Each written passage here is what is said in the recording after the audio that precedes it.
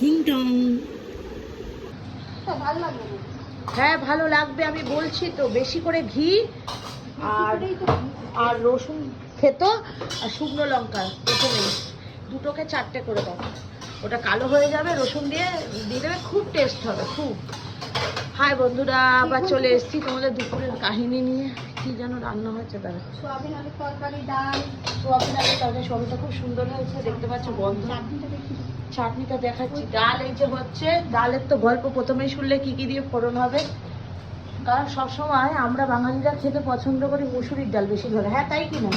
আর তারপরে হচ্ছে অপশন মুগের ডাল। কিন্তু আমাদের বিহারিদের মধ্যে এই সত্যি বলছি পছন্দ করে অড়হর ডাল, ঘি দিয়ে আর রসুন দিয়ে ফোড়ন খুব পছন্দ করে, ওদের ফার্স্ট ওইটাই পছন্দ।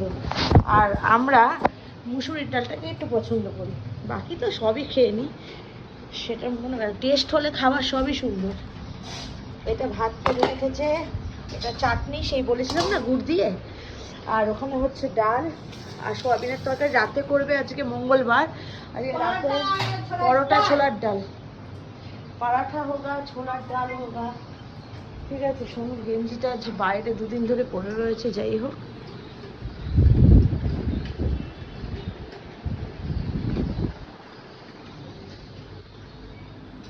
এটা দিয়ে দিই, এখানে জামা কাপড়গুলো গুছিয়ে দেবো। চলো। খাওয়ার সুন্দর হলে এক তরকারি দিয়েও খাওয়া যায়, আর খাবার পছন্দ না হলে 10, আর খাবারের ইচ্ছা না থাকলে 10 তরকারি করলেও ভালো লাগে না। আর মঙ্গলবারে আগে আমাদের এরকম মতো খেতে ইচ্ছে করতো না, এখন নিরামিষ খেতে খেতে খেতে খেতে এখন ভালো লাগে।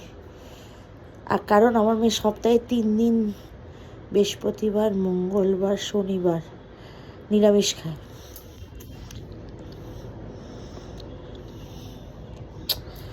টুক টুক চোখ